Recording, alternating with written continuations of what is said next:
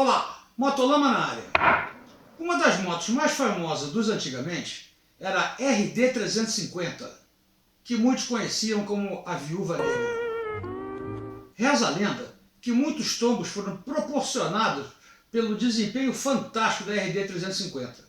Mas será que a moto era tão desengonçada assim que jogava o pessoal no chão?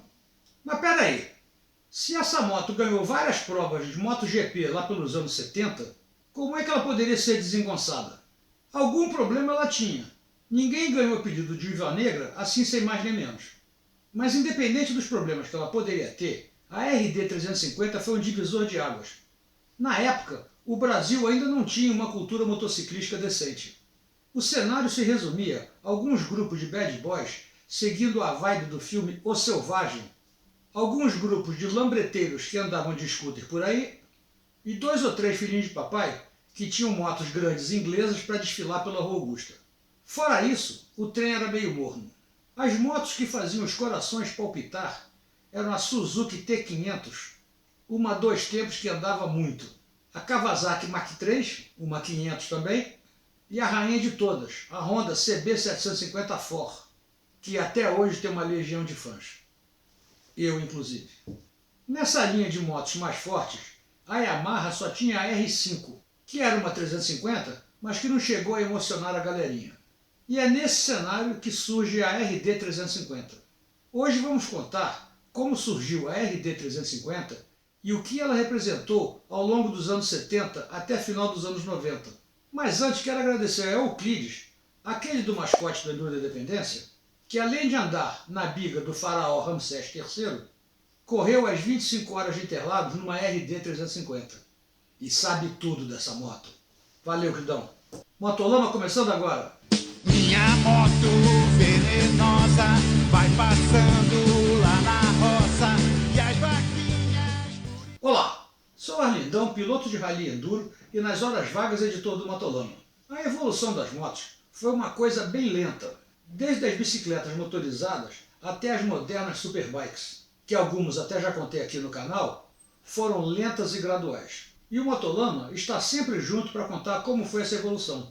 E para não perder nada, confira se está inscrito, dê aquele tradicional like para reforçar a nossa amizade e, se puder, compartilhe pelo WhatsApp, Instagram, Orkut, Facebook e até pelo cu.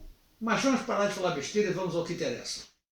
A Yamaha RD 350 tem suas origens como a de outras motos icônicas, não nas pranchetas de desenho nem nas reuniões de diretoria, mas sim nas pistas. O ano é 1972 e a prova é Daytona 200. Não só foi o primeiro ano que as 2 tempos dominaram as grandes 4 tempos, mas por se tratar de uma pequena 350, passar na cara de motos maiores e supostamente mais rápidas. Nos anos 70, o motor 2 tempos, aquele que mudou o clima na Terra, já tinham dominado as categorias menores. Mas nas categorias maiores, onde a MV Agusta com Giacomo Agostini dominavam o cenário, o trem era diferente. O final dos anos 60 marcaram um ponto de virada no mercado de motocicletas. A icônica CB750 4 definiu um novo padrão para a indústria. E a própria indústria britânica, que era o que definia o mercado, ficou de orelha em pé, tanto dentro quanto fora de estrada. A capacidade da Honda e logo da Kawasaki de fabricarem grandes motos de 4 tempos, cheias de potências e confiáveis, mudaram as expectativas. Mas paralelo a isso, o desenvolvimento vertiginoso dos motores de 2 tempos estavam criando um novo padrão. Alguns desses desenvolvimentos eu até já contei aqui, verifique no link. A briga para fazer as grandes 4 tempos era só uma cortina de fumaça para esconder a evolução das 2 tempos. Nessa época, a MotoGP era dominada pelas grandes 4 tempos e pelas bicilíndricas inglesas. Mas em 1972, um tal de Dom Andy montou numa pequena bicilíndrica 350 e jantou todas as outras motos com mais do que o dobro de cilindrada. E venceu a Daytona 200. E isso foi uma quebra de paradigma. E no ano seguinte foi a mesma coisa. E foi assim durante os 10 anos seguintes. Aliás, uma 4 tempos só foi ganhar novamente em 1985, não porque elas tivessem melhorado, mas porque o regulamento favoreceu demais as 4 tempos e tornou as 2 tempos quase fora da lei. E é nesse cenário que surge a RD 350. provavelmente uma das motos mais icônicas de todos os tempos. Vamos entender os anos 70.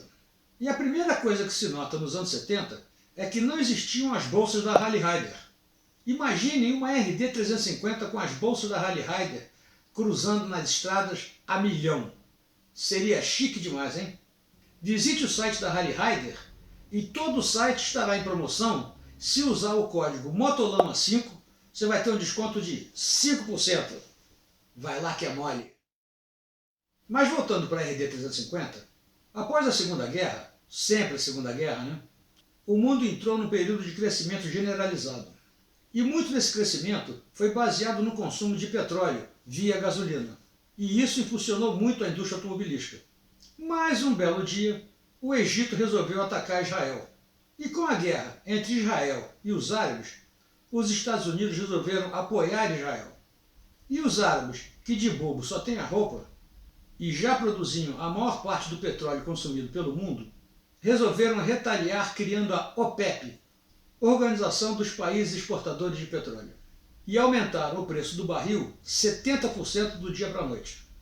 Com isso, toda a economia do mundo foi afetada, gerando crises em todo canto, para variar. Mas se até antes dessa crise a potência dos veículos estava associada às grandes cilindradas, motos inclusive, com a falta de combustível, a mentalidade mudou para motores menores e mais potentes. Inclusive, os limites de velocidade foram baixados, tirando a metade da alegria de viver nos anos 60. E as pequenas cilindradas foram a nova opção do mercado. Juntando tudo isso com aqueles anos de dominação das pequenas Yamaha 350, mostraram que aumentar a capacidade cúbica dos motores não era o melhor caminho. Em termos de produção, a Yamaha tinha a R5, que já era uma 350 bicilíndrica, e foi a predecessora da RD 350. Era uma moto cheia de classe, mas devido à sua potência pífia, ela não era tão forte quanto a RD 350.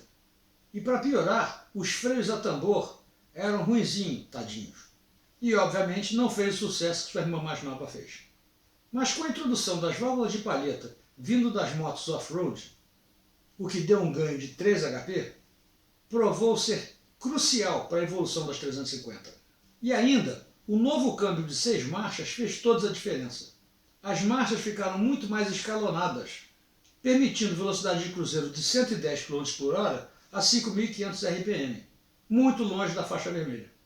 E ainda tinha um freio a disco fantástico, e isso era novidade numa moto de baixa cilindrada. Já nos anos 60, as pesadas 750 tinham freio a disco duplo na frente, mas a Yamaha conseguiu com um disco só parar como nenhuma outra moto. E é aqui que começam os problemas. Em 1970, a Yamaha trouxe a R3, que era uma 350 bem fraquinha, e logo foi substituída pela R5, que já era bem mais disposta. Mas ainda assim, ficava muito aquém das rivais CB750 e Suzuki T500. Nessa época, o mercado brasileiro de motocicletas ainda era meio insosso. Mas já em 1972, algumas RD 350 chegaram nas lojas. E essas motos chamaram muito a atenção por conta de ser uma motocicleta média, já com freio a disco na frente. E isso era coisa inédita aqui em Tupiniquilândia. E essa moto já era guardada por ser derivada de moto que os grandes nomes como Denizio Casarini, Walter Tucano Barth brilhavam nas pistas. A moto que os caras usavam era a TZ, e essa cadeira elétrica andava muito e nem tinha freio a disco. Olha só o tamborzão dela. Essas motos tinham um torque incrível. Até sair a RD 350, nada andava nem parecido com ela. A resposta do acelerador da RD era absurdo.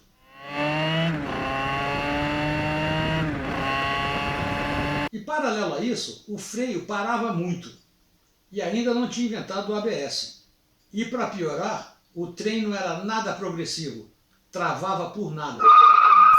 Com o torque das RDs e a aceleração incrível, diferente de tudo que havia até então, ela era muito mais rápida do que os padrões da época.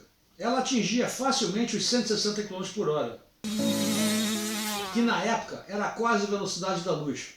E com o novo câmbio de 6 marchas, as marchas mais baixas ficaram mais reduzidas, melhorando a aceleração da moto.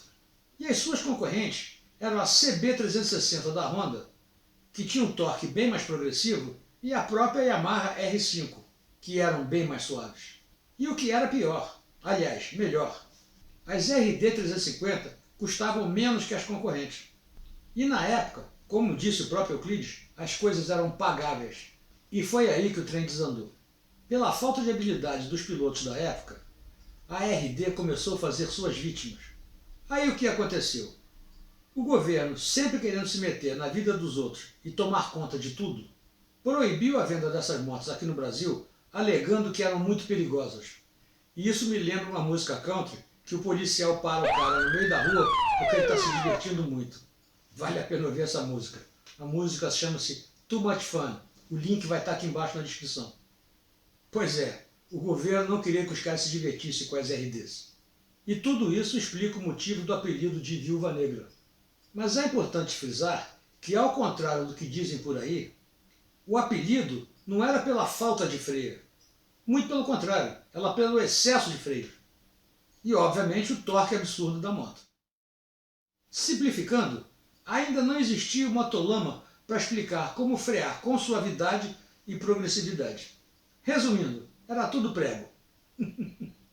Mas lá para o meio dos anos 80, aqui no Brasil, foi lançada a RD 350 LC, de Liquid Cool, que era uma versão nacionalizada da tradicional bicilíndrica 350 e tinha incríveis 55 HP, que levava uma criança de 0 a 100 em 6 segundos e atingia fulgurantes 180 km por hora.